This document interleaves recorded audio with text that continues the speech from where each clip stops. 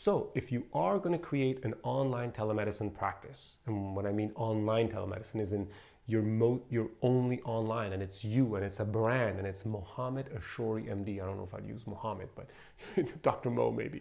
But again, I would brand it so it is desirable. And it is me. It is me as an individual, and this is what I stand for. This is what I'm about. Then this is the perfect time to do it. If this is what you're interested in, this is the perfect time to do it, because people are now looking at these opportunities more than going into the urgent care and going to other places, because they know how they're going to get shafted if they go to the hospital, if they go to a primary care doctor, if they go to the urgent care. The billing is ridiculous, right?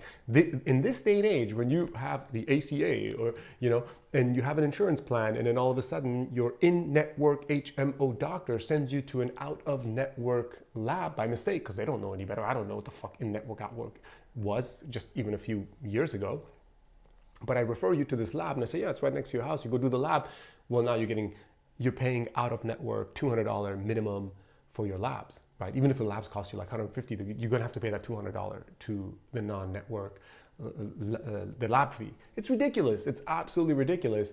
And the same stuff is happening with medications. You go to the pharmacy that's approved and you pay $80 copay, even though you could have gotten that medicine at GoodRx, or probably didn't even need that medicine. That's the state of healthcare right now. So I'm going to run through a few topics that interest me always in telemedicine, in the current healthcare space, and what's needed, what people are looking for, and how to kind of niche down, meaning you get really super niche so you can make your advertising and marketing easy. And then we're going to talk a little bit about branding, marketing, content, expertise, and that sort of stuff. So for me, I chose heart health to do more of a health coaching practice. And then I chose digital nomads for my telemedicine. I want to market to digital nomads because I think most of them are going to be like me, probably still younger, not with a lot of chronic diseases. You don't travel with a lot of chronic diseases. You're kind of busy, you're kind of having fun, you probably don't have a lot of issues, like emotional issues to take out on your doctor, and you just need care. STDs, coughs, colds, rashes, bumps and bruises, trauma, that sort of stuff. So it's easy. It's very straightforward. Heart health is really nice because I enjoy it. I'm like, I'm a 45-year-old guy, and I'm getting up there, and I'm going to be thinking about my heart health. I'm going to be thinking about my diet. Should I be on cholesterol-lowering medication? Should I change that's my kitchen, by the way. That's what I'm pointing at. Should I be cooking what I'm cooking? Should I not be eating what I'm eating? Is the carnivore diet really good for you? I love that stuff. And that is great, right? It's when these things are pushed on to the average healthcare consumer that I get to profit, because now somebody's reading like, wait, really? I should just eat meat? And then they're like, oh, let me just read this guy's heart health blog and let me book a session with this guy because this is confusing. So I'm going to start out with some examples. So for example, you are a family medicine doctor, internal medicine doctor, pediatrician, OBGYN, of course, dermatologist, right? If you're any of these and you are interested in getting into some niche topic, you might be thinking, oh, skin health, right? Skin health, wrinkles, acne, I got a big zit right there. Actually I rarely get zits. So I'm going to focus on skin care. So you want to be specific, right? So you might talk about skin care for patients with psoriasis, right? You might talk about, what I mean by talk about, you want to be in that space. You want to be just psoriasis prevention, psoriasis treatment, psoriasis, cosmetic treatments for psoriasis. You just want to be that. You can be an information person and somebody can call you and discuss it with you. You can be the prescribing doctor. If you want to be just in the information space, you do what I do, which is health coaching. You're not a physician. I'm not your doctor. I happen to have an MD, but in this space, you and I are just sharing information. Or you can be their physician. Yeah, I'm going to prescribe you some creams, Triluma, recommend some laser treatment, maybe recommend laser treatment, but I wouldn't be able to do the laser treatment for you. And I'm going to help you heal your cosmetic issues. Now you might do acne, which is one of the notes I've taken down on my Chromebook over here. Acne. So what am I going to say about acne? Well, how to prevent it. You don't have to do just treatment. Like, how can I prevent these bad episodes of acne that come up? Well, there's different types of acne. Chin acne might be more testosterone related. Forehead acne might be more, other types of hormones, dietary stress, back acne, chest acne, acne with a lot of scars for some individuals. So you might be talking about prevention. You might talk about treatment. So you might just be prescribing a lot of treatment stuff for patients. And then you might be also talking about diet. I am the acne diet doctor. That's all I talk about. Don't care about treatment. Don't care about prevention. I'm only going to talk about the diet you should follow to have the best skin possible if you're suffering from acne. Do you see how going niche makes it so much more interesting, makes it so much more fun and likely to create content to compete with another telemedicine company that is in the acne space? Because if you're competing with, who's that one big one? It's not coming to me right now. But you don't want to compete with those guys. Let them prescribe the clindamycin and cleocin. Let them do that. That's the person they're gonna be racing to the bottom to compete with Parsley Health and Roman and Nurx and all these other companies to offer the cheapest price basically for medicine to come to the patient. And those people who are flocking to that are terrible customers. They're not going to be easy customers because they're just looking for that one particular medication solution. You are doing coaching. You are doing education. You are putting out beautiful content. You are putting out recipes. You're selling a recipe book. That's the brand you're going to create, which we'll get into with the marketing and branding. The next one might be pregnancy. Again, I want to try to keep these videos short. I know they get tedious, but if you're thinking about pregnancy, you're probably thinking about women. You're probably thinking about women in that 30 to 40 age group. So maybe you're trying to help somebody avoid recurrent miscarriages, right? So you want to address things like incompetent cervix. You want to talk about stress, and then maybe add in some breastfeeding stuff. Maybe talk about diet, exercise, stress. The common things. And now you have content. It's easy to create that content, and your audience is very narrow. Of course, the greedy part of you wants to say, no, I want to reach all women who are in the, childbearing age or whatever that's called. But you don't need it. You don't need that, right? If enough people are willing to pay you $200 for a 1-hour consult, and you don't need more than $400,000 a year, let's say, of gross income, well, you only need, however many customers, 200 customers? You don't need to go kill yourself. So why are you trying to go after 2.5 million people when you really just need a certain number of paid customers, right? That's kind of what I say about my website, my blog, and my stuff.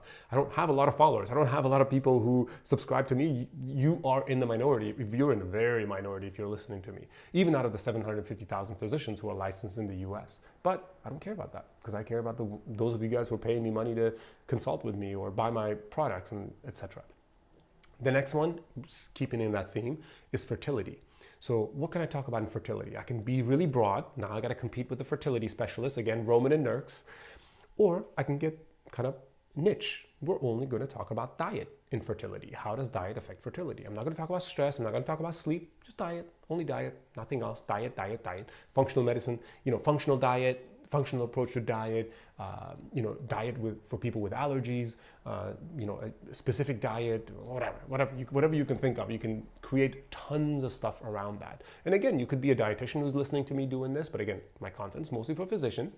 You could be a PA and NP, you could be a pharmacist, you could be an obstetrician gynecologist, you could be a family medicine doctor. All of this stuff you can do. Again, if it's outside of your expertise and your state medical board or your state governing body does not allow you to give dietetics advice, which is rare, most states allow nutrition advice, then you got to do it in the health coaching realm. Otherwise, you can do it in the clinical realm.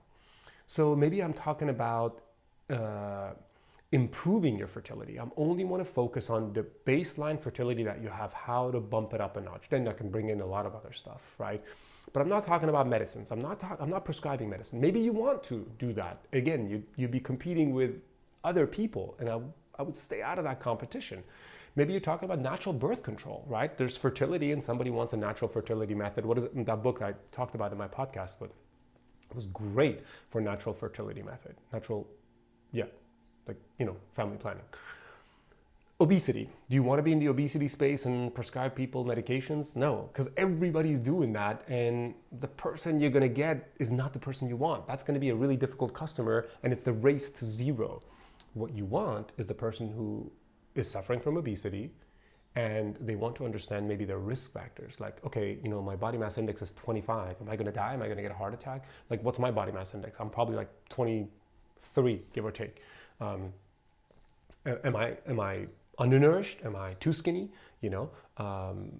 Well, I probably wouldn't come to you on obesity, but if you're talking about weight and body mass index on your site in that holistic manner, you can create a very interesting brand and marketing strategy that doesn't have to be based on the prescription you're going to give them and the weight loss surgery and the injections and the thyroid medicine and stuff like that.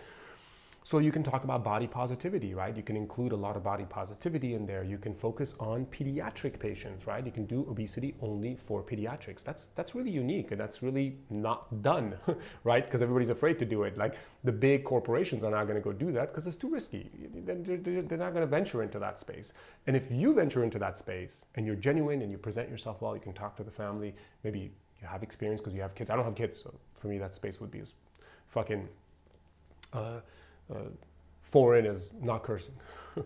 Then there's sports medicine. Now, sports medicine, the virtual sports medicine space is taking off very well. I've talked about this before. There are people who are just coaches for rock climbers who are making $400 an hour, and they're booked solid, right? So if a coach who's helping somebody, the average, weekend warrior to rock climb better, is making $400 an hour, why can't you as a physician help somebody who is an ultra marathoner, cope with injuries, prevent injuries, work with their diet, improve their diet, manage their crazy weight loss that a lot of these ultramarathoners have to deal with, bone density loss, atrial fibrillation risks that they all have.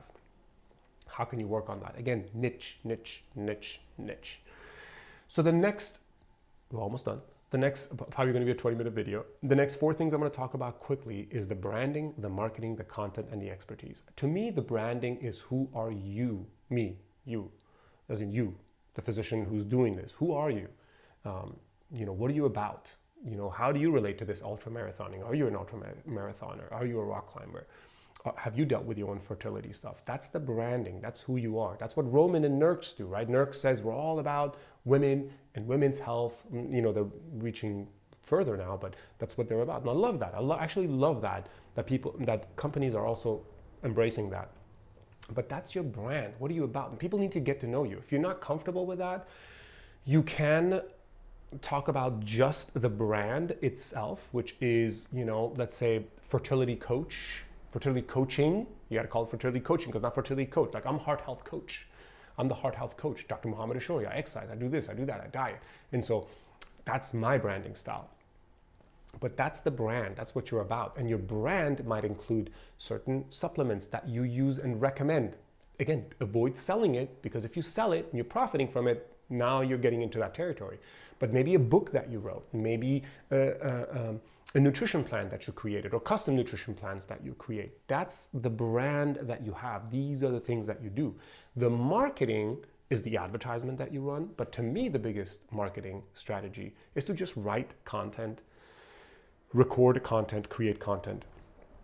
Because that content that you create is like your live resume. It's always alive, it's always online, and somebody can look it up. I can go to Muhammad Ashori's website on heart health coaching and be like, oh, this is interesting, because I've always wondered what is the CAC really, what is the use of the CAC in somebody who's 70 years old? Okay, that's good. It's really, like coronary artery calcium score is really not that important. There's other things to consider. Or like, yeah, I really wanted to know what this ApoB thing was that, somebody else talked about.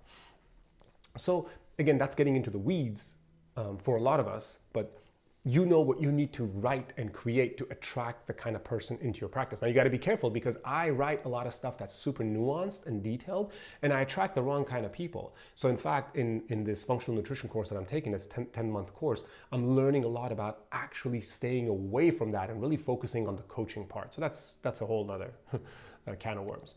And then content. Content is, so there's branding, there's marketing, there's content, there's expertise. The content you create serves as your marketing, but of course marketing can also include showing up on somebody else's podcast, showing up on somebody else's YouTube, telling your local physician community that this is what I do, or selling advertisement on Facebook ads, Google ads, Instagram ads, all sorts of ads.